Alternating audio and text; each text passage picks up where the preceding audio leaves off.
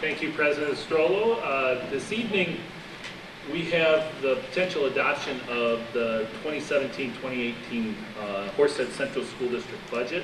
But just before we give that presentation and move to that format, I'd just like to remind the Board of Education that we will be heading to Albany on Friday to have some discussions with the State Education Department about potential funding for Horseheads 2030 on the infrastructure side. And I also wanted to give a quick chance for Mr. Anthony Gill to come forward and give the board just a brief update on where we are at on the educational component, as they've had their second meeting and are heading into their third, and they are starting to undertake some great work on the visioning for our educational component moving forward with Horseheads 2030. Tony? Thank you. So we left off, we had a second meeting, as Dr. Douglas said, at which we started to further hone a visioning statement that we've been working on, as we've always shared with you, to take a look at and provide some feedback. The visioning committee will meet in the next 2 weeks to kind of start honing all those statements and trying to figure out, and then bring it down to a more, I wouldn't say the statement, but at least a draft that's a little bit shorter, and have it be presented to the whole committee and then brought forth to you guys for your thoughts and insights. So as we go through this and go through this process, keeping in the loop and letting us know what we can do and how we can change our processes. We are moving into mission work, and after that we'll be looking at core beliefs in strategic areas. And we had projecting to be meeting through July sometime to complete this work. The feedback we got from this last meeting was they appreciated, again, the discussion and the variety of discussion that was had. The mixing of the different groups that came together, the variety of ideas. One thing was brought up, a lot of people wanted to talk about the how, wanted to get some nuts and bolts kind of information. It was really exciting, chatter about how we achieve and what we want to achieve in the Horseheads 2030 mission. That was, we don't want to lose sight of that, but we do understand that it's not the purpose of this committee. But it's important to encourage these people that are having these wonderful conversations to continue on in the work that's to come, to share those continued ideas of how we achieve this vision of this is what we want to be, this futuristic vision of states. And then lastly, desserts and sugar appreciated by the group. So, and actually the only, one of the things to improve from the group was more time for dinner. We actually had a working dinner. We really pushed through hard to make sure that we completed the work, and we really didn't take much of any breathers. So that was actually the only thing that we could improve upon, is perhaps provide some more time to actually chew your food and not have to talk at the same time. So you can see it's a very productive group, and a group that's very anxious to continue working even if we want a dinner. So we have homework assignments, and we're moving forward with some mission statement work, and that's what I have this moment. If there's any questions? Tony, one of the questions just for the board, in my weekly updates, like we had talked to the administration this evening and shared with where the committee is at so that they could see. So if they have any thoughts or any even thoughts, concerns, or issues that they need clarification, that you were sharing with them sort of the structure of the work that's been done. Could you please prepare that for the board update so that the whole board can see? And if they have some questions, they can go to the two representatives, Doug and Karen, to express some of their thoughts on what you're doing. That way the full board is kept apprised of where the committee stands at this point. Of course. Other questions? Well, we are hoping on the evening of, I believe it's the 27th, is our next community forum for Horseheads 2030 on the Capitol side. Is it the 26th? I'm sorry, I've got 27th in my head for some reason. But the 26th will be the next opportunity to engage the community as we're coming closer to defining some of the scope. But really what we need is some of the financial figures for the district, and that's what our meeting for this Friday is really to try to work out and finalize some of the calculations that the state would use for the district in general. As we go through that, it will start to move a little quicker on the capital side to try to prepare for the end of the school year and development of the summer timeline to have a proposal for the board to consider, and also to eventually move forward to the community to consider as they have the final vote on that, somewhere around October to December. So we just wanted to keep the board apprised of that. And tonight, like I introduced Assemblyman Fred, it is really important to thank our elected officials because it is a tireless and thankless job at times, sort of like board service as well. But as they have to deal with their budget, we so have to deal with ours. And I'd like to invite our school business administrator forward, Ms. Katie Bizzetti, to give you a quick overview of our budget proposed adoption for the Board of Education tonight, from where we started to where we ultimately ended up from our last meeting, and to review any of the numbers and any final questions that the board may have for both myself as well as Ms. Bizzetti. Katie? Thank you.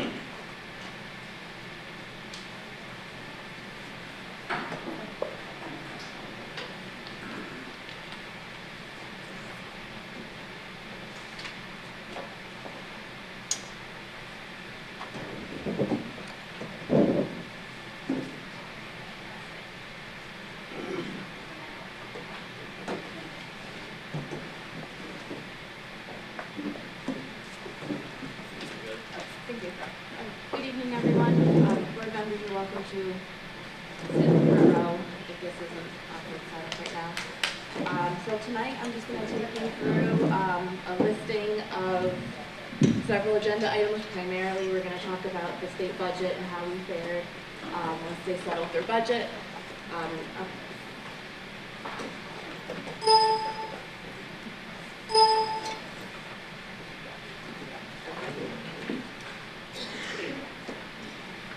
You good? Good. Okay. On the go. I'll take you through our finalized 17-18 budget that'll be presented to you tonight for your approval, as well as a few historical items for your reference. So the state, as we know, finalized their budget. The total education funding increased to $25.8 billion. That's up from $25.6 billion. There was an increase of $1.1 billion from the prior year.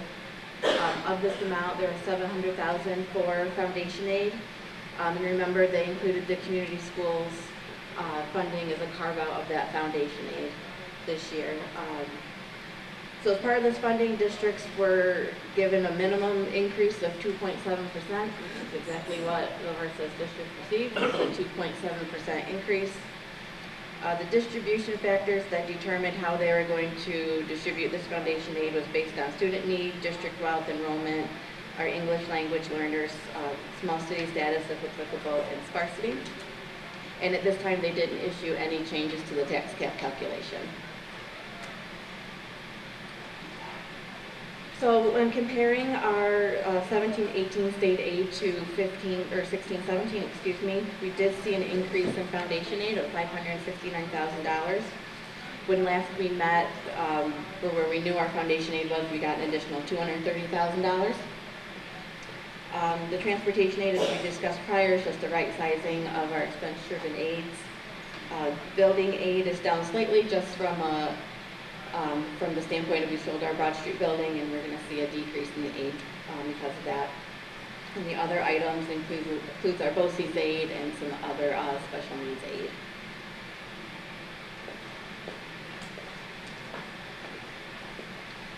So as of 2 weeks ago when we met on April 6th, we had a budget gap of about $3.9 million. With the state aid adjustment of that $230,000, that left about $54,000 we had to come up with in various budget codes to close the gap. So that left us with the gap of 3.6. This is just a final review of our tax cap calculation. As we know, we did have an increase in our tax base bill factor for the year, as well as the inflation factor, which did allow for a increase in our tax levy calculation, next of $774,000 or 2.19%. This 2.19% is within the governor's calculation of the tax cap and is within our 50% plus one voter approval range. So since we first met in the beginning of February, we've made several budget adjustments. We've talked about them at the various meetings, and this is just a summary of the $1.2 million in budget adjustments we've made since the start of this process. On the flip side, this is a summary of all the revenue adjustments we've made since the start of the budget process. I believe we spoke about each one at each budget meeting. The final one being the adjustment to the foundation aid, as well as the adjustment in building aid.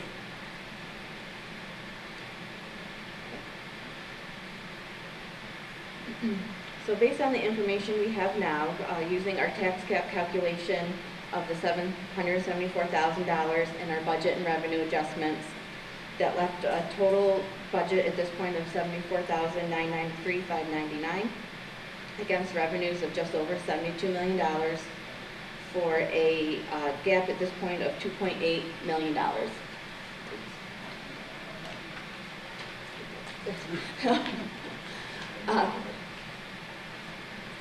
So this is how, this is just a summary of all the tools that we've used over the course of time to close our budget. We had our state aid, we had our budget adjustments, our revenue adjustments. We've now included our tax levy calculation as we discussed at the last meeting, leaving the $2.8 million to be closed with fund balance and reserves, again, as we talked about at the last meeting. 2.5 of that is our fund balance, and $385,000 of that comes from our reserves.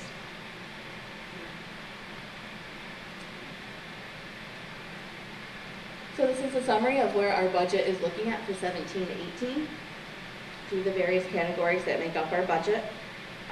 Just to highlight a few items, we know our BOCES costs went up quite a bit, primarily due to increased special needs services we provide through BOCES, as well as cost increase for the career and technical education. Let's see, we had the decrease in the benefit sections due to the adjustments of the ERS and TRS calculations. And in debt service, we had the addition of the new bus debt payments, that with the first payment being due in 17-18. So our overall budget increase over 16-17 is a little over $1.2 million, or 1.7%.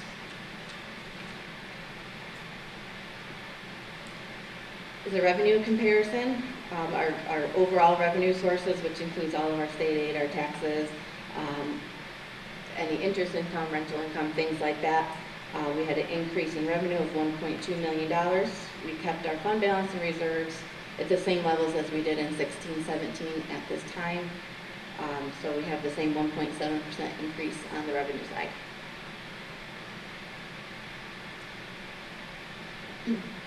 So to highlight a few things in the 17-18 budget, we have had budget reductions of $1.2 million. That's primarily made up of savings in our salaries and benefits codes. We're continuing to utilize $2.5 million in fund balance, and we're continuing to use $385,000 in our district reserves. This budget also maintains all existing educational programs that we currently provide in the district. This budget is also within the New York State's tax levy limit law, and we're going out with a levy increase of 2.19%. So this is a budget history just for your reference. It shows how our budgets have grown over the last 10 years. And it's important to note that our 1.7% increase is actually below our 10-year average of 2.03%. So we're well in line with where our budget historically has been, and we're working very hard to keep it within a reasonable limit.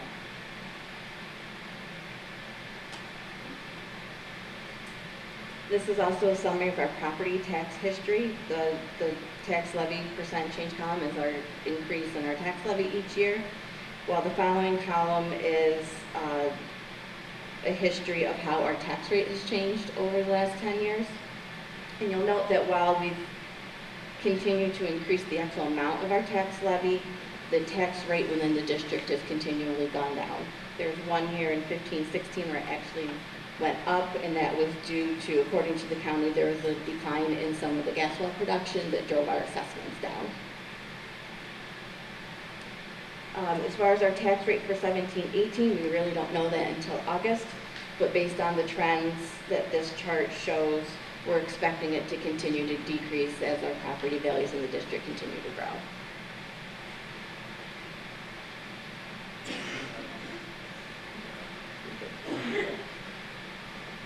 This is a summary for your reference of our current reserve funds.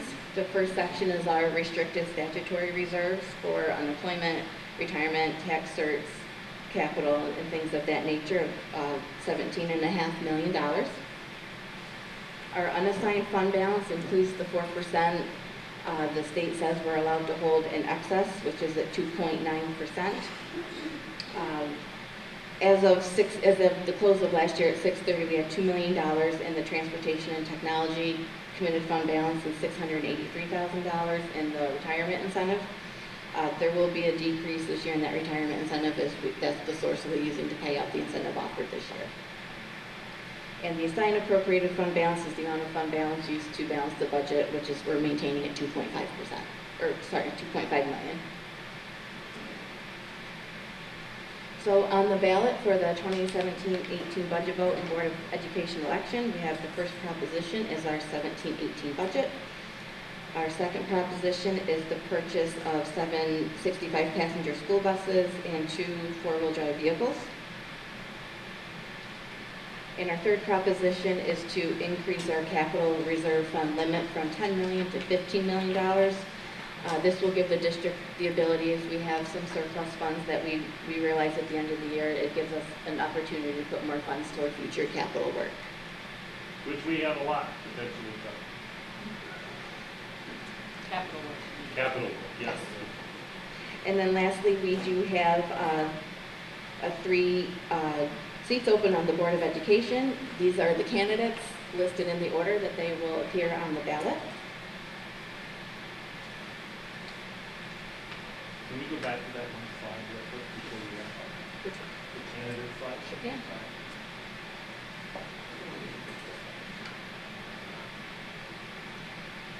Keep going. There you go. And the reason I mentioned this is if we end the presentation a little, we have a candidate night coming up on, I believe it's May 8th, correct, Sue? Yes. May 8th, and because this is an uncontested election with 3 incumbents running and no other individual challenging those seats, the board really needs to decide whether or not we have a meet the candidates night. In most districts, when there's an uncontested election, it's not necessary because it's very rare that there's going to be any write-in challenge, and even at that night, a write-in challenger does not have the ability to be questioned. In this situation, we have 3 seated board members.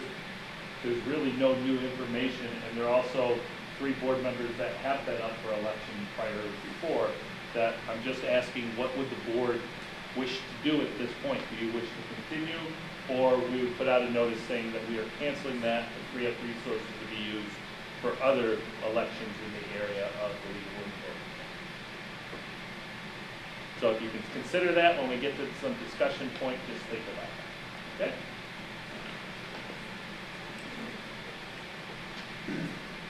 So with that being said, our other dates coming up are our public hearing on May 4th, and then our budget vote and Board of Education election on May 16th. So with that, I'll take any questions that members of the board may have. If you break down the 2.19%, that's on what that would increase by $1,000 per assessment. For 100,000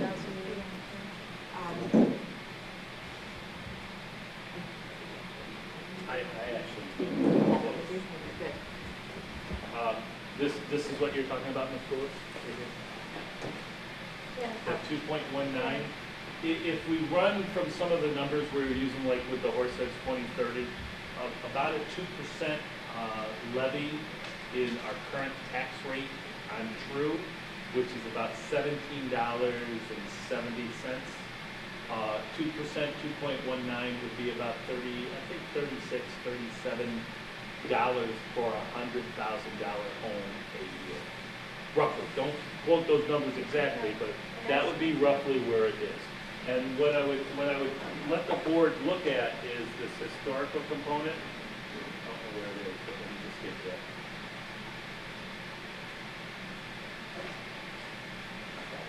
It's this way. This is a new diagram that we're putting up because it's going to help us in twofold. If you look over at the past 10 years of the tax rate change in the third column over, and you look down at the 10-year average, it's basically saying on average every year over that 10-year period, the district has been lowering the tax rate by almost up to 1% a year, which means your budget's moving forward, but your tax rate is being shared less and less across the plethora of what is the Horseheads Central School District. This increase would be sort of like the 2015-16 year, where it will probably have a tick up, but when you get to the rate, if we said we had a tax levy of about 2.19%, like it says the average, and then the tax rate, which we can't calculate yet because it comes in August, the historical trend is that the district is gaining value, so whatever levy we put out, our rate when it's calculated, as long as there's no mitigating factors like the gas issue of that previous year, has always trended to drive the actual rate down. Which means, if you look, when it says that the levy was up at the very top, 1.19% tax levy, but the actual rate went down by 3.49%, that shows that although you levy taxes, the actual amount of money that every individual homeowner was paying was actually going down. It still went up by that much by the tax levy, but the rate that they normally pay actually went down because the value of the district goes up. If the value of the district is going down, that rate reverses and it goes up even higher. We're in the best position, but to avoid that ever switching, that's why Horseheads 2030 is probably essential, because we never want to get to the point that our district starts to lose value. And it's getting tighter and tighter as you get down there. But you can see historically, taxes have been going down in the district, although sometimes people don't feel that way. That is really the tax action. I think this is a great slide because I think, particularly when people look on the website or at the community hearing, they're going to see the 2.19 and they're going to automatically assume my taxes are going up 2.19%. And so showing this slide and showing that correlation, what that really means, I think is a great one. Yeah, our eyes opened up wide today when we saw that. Right. I mean, if you look at it, taxes went down by about 12% over the Right. past 10 years. Right. So that's an important thing to share, particularly because you don't want to go out with people thinking that, oh, they're going to increase 6 months ahead and they're going to go out for another big Right. vote in the fall, you know. And really If everything stayed stagnant over that 10 years, taxes, yes, would have went up. But because the district's in a favorable position, that it's a popular area and the wealth of the district has grown, that's helped to keep the tax rate in this area the lowest of the 4 school districts that represent it. And by implementing 2030, that's only going to make the district more popular for people to move into the district and the local. And I think we have to keep both of those in mind with the budget as well as the long-range plan. So that was exactly what I was trying to get at. I was trying to translate it into something that I could understand. And so to make sure I understand it, I could say to somebody, your taxes would only increase by $37 if the value of your house is $100,000. But potentially, yes, yeah. And we will include that information in our budget newsletter. The only thing that will change that, most likely to lower it, is what our eventual rate. So right now, if we go strictly by the tax levy, that would be what we'd have to say is an estimate. If we could calculate the tax rate now and say that tax rate, on average, if you look like 1.72, it went down to a negative 8.8.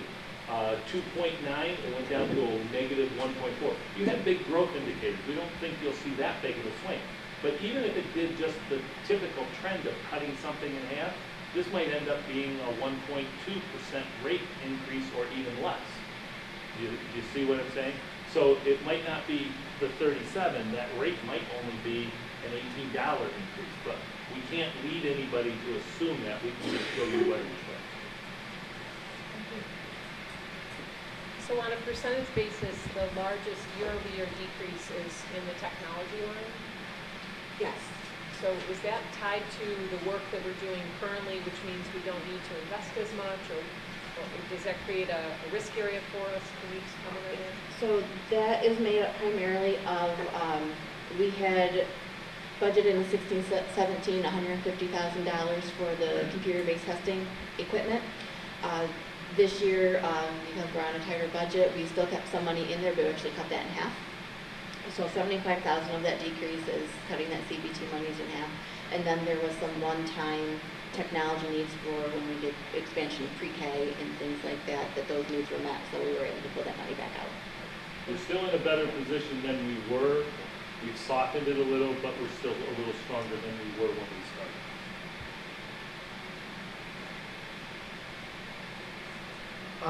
So we got $230,000 more from the state. I didn't see exactly in the slides a clear explanation of where it went, so if you could just explain.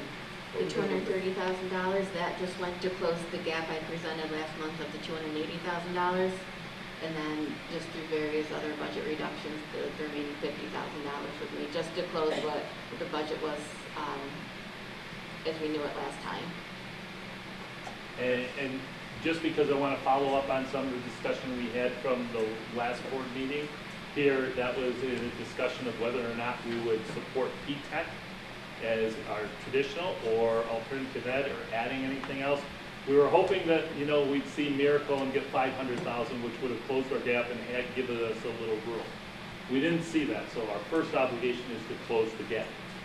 We've done some budget crunching. We probably will not support P-TECH to the level of 6 seats, but like we floated to get the aids started with the state last year, we have a couple needs, and those needs that we talked about are primarily to deal with some of our at-risk students with P-TECH that we will probably support. We still have to work on it and talk with BOCES. Anywhere from 2 to 3 P-TECH positions to float going forward to get that started. We feel comfortable that we could do that within this budget. And then we will probably also float somewhere around 5 to 6 alternative ed, sort of trying to take a middle position. And then we will be looking at that, hoping that we have to look at our CTE numbers because we're being built 2 years back, and we have to get some control so that's not ever expanding in the budget. But we also have to look at our special ed programs and hope that we are going to see some gains there. We took a heavier hit this past year, and it's something that's year to year, so that might change the budget picture there. So we feel confident we can do that. And one of the other things is that I know there was a volunteer program to try to help the marching band not only have their competition that they do with the field band in the fall, but they've experimented with the Winter Guard. We're looking at trying to build some support for that going forward as well, because that complements the extracurricular activities that we heavily put back in last year as well. And then what happens is we look to see if we can possibly have the strength to formalize that in the future year. All those areas together are about $105,000, $106,000, which is around the number that we utilized last year. And we also know if we have budget problems in the future, these are some of the first areas that we will have to address. So that's what we bring back. I hope that sort of helped out a little with the board discussions from the last one. Right? So let me see if I understand what you said. Last meeting when we were discussing this, yeah. The proposal on the table was 6 P-TECH students, and now you're suggesting we'll be sending 2 to 3 new students. Only 2 plus, to 3. Not no plus. So we're going to eliminate 3 slots. No, what happened is last year we included 6. We incorporated them into this year's budget. They're already in and right. paid for because we continued. The plan was that each year we would add potentially 6, but that adds to the budget each year. Right. We didn't have that built into the budget because we were cutting $1.2 million. There was some discussion there, plus we're trying to be good stewards with the grant as well, that last year we didn't include it in the budget and we floated it to get the aid started. We're proposing to do the same thing with some new slots for P-TECH. Still 6 in the budget, plus now somewhere floating 2 to 3 more in next year's budget, as well as 5 slots, roughly 5 to 6 slots for alternative ed for our general population in the budget as well. So these are just new ones, but they're not officially in the budget. In all honesty, I'm not making the connection. Okay? So we have, are we pledged to continue the 6 that are currently in P-TECH going next September? Yes. So then I'm confused on the language. Are we supporting 2 more starting in September? Yes.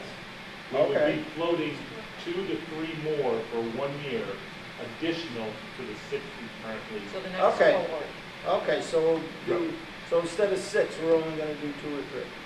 Right, Okay, new ones. all right. And then instead of what you originally requested in the alternative high, we're gonna give some number less than that. Yes, in the somewhere around 5 to alternative 6. We want to try to balance, Okay, we want to try to balance the number off so that we're right in that $105,000, $110,000 okay, mark that we utilized last year successfully and we were able to incorporate. okay. Hopefully, did that sort of hit where we talked from last?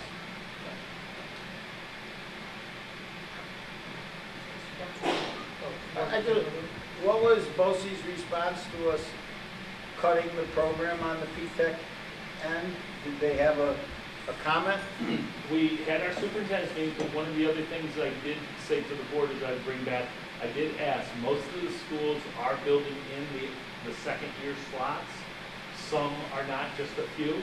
There are some new schools coming on and taking new slots, as well as there's been an agreement where I think with Schuyler County, some of the Ithaca schools may avail themselves of it. They're going to travel a little farther away, but they're looking at trying to do that so that hopefully the cost will be roughly the same. Unfortunately, when we had our budget request for services, BOCES did put in 6 slots for us, even though in our meeting we clearly identified I would count on none until we can tell you whether there's 6. So their BOCES budget tonight is built on us with 6. It will adjust the cost a little, but it affects everybody. If we do 3, it will have minimal, probably, cost impacts. So hopefully that's a fair representation. Mr. Johnson? Yeah, so a little minutia here though, but, the capital, reserve fund, Yep.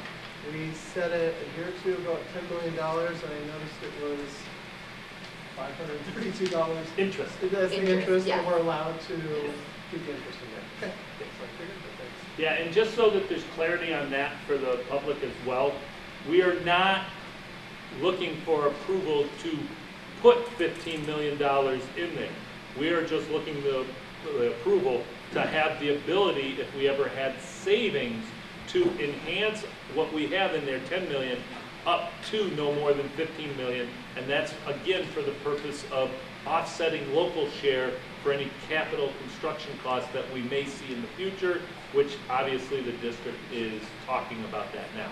So this is a good, proper way, according to the comptroller, to utilize the district's tax-based money to offset some of their potential costs down the road, and it allows the district to have the tool to hopefully meet those needs. Just a question to clarify, Mr. Zetti, on the slide about reserve funds, I don't know the number, comes after the one with the arrows. Next one. So the use of the 2.5 million to close the gap that's shown in that last line, am I right in reading this, that the reserve fund balances that are shown already reflect the removal of this 2.5 million? Or does that 2.5 come out of any of these other numbers? No, the 2.5 is separate from our reserves. Right. It's an unassigned pot of money that we can use towards balancing the budget. So these are actually the balances as of the close of the year and start of the 16-17 year. I'll be showing you at the next board meeting what our projected balances will be at the end of the 16-17 year. So the $2.5 million, that number will stay the same between how we close 16-17 and how we're going to close sorry, how we open 16-17 and when we're gonna close 16-17, so we're still using that same amount of money of appropriated fund balance to balance the budget, Okay. separate from reserve use. And so even after the use of that 2.5 million, Yep. we still retain this 2.9 in unassigned fund balance, Yep, and then the committed fund balance. Okay. correct. Right, so just the follow-up question, is with the use of that, we're not, in your opinion, we're not placing any of our reserves or unassigned fund balance in a position of risk or concern at this point? No, we're not. We're actually putting the district in a better position as we work to decrease that use of fund balance. Several years ago, it was up to $6 million that we used to balance the budget, and then it went down to $5 million. This past budget, we took a big step and cut it in half to the $2.5 million. We're going to hold steady for a year and let it ride out for another year, and then take a look at it again as we build the following year's budget. But no, we're not at risk. And it's important to note, all of these funds are not recoverable funds. Once they're used, they're used. You can't use these for salary adjustments. The reason being is the salary keeps on going year after year and year. But it looks like we have a lot of money, but it's only for certain expected costs. Right. It's like that $10 million for the capital. That's the district's taxpayers' money that we would go out and normally ask them to raise for potential tax levy to do capital work. Well, now we have money that we can use that we've saved as good stewards of the board of Fed to try to offset and lower their potential costs. So that's the hard part about reserves. Once they're in there, they're usually one-time expense. It's usually money that's carried from one budget year as a surplus and then put in. Our goal is to get our year-to-year surpluses to be within the $400,000 to $700,000 range, which is a normal average year-to-year surplus for a district this size and standing. Now, we've had surpluses that have been millions. And that big cut that we took at last year, that 2.8 million swing, removed a lot of that surplus. But that's what's supporting the budget. Notice the budget was at a 0.13% growth from year to year. We can never sustain that. Just our average year-to-year carrying costs are somewhere between $2 and $3.5 million. And notice our tax levy will never cover it, nor will state aid. So sooner or later, we're going to start biting into these each year, or we'll zero it down, and then we'll keep our budget from year to year balanced within our carrying costs. That's the best financial position to be in. We're just not there. We're trying to get there. Thank you. Yep. Any other questions? We have hopefully delivered to you exactly what the board asked us from the last meeting. This will be our proposal and best guess moving forward to the funds and finances that we have. And then at the public hearing, we'll also lay out our long-range financial plan with our speculation on what's going to happen in the future. And like I told Assemblyman Friend, next year we're expecting big kudos. It's election year. So we're hoping that it will help school districts across the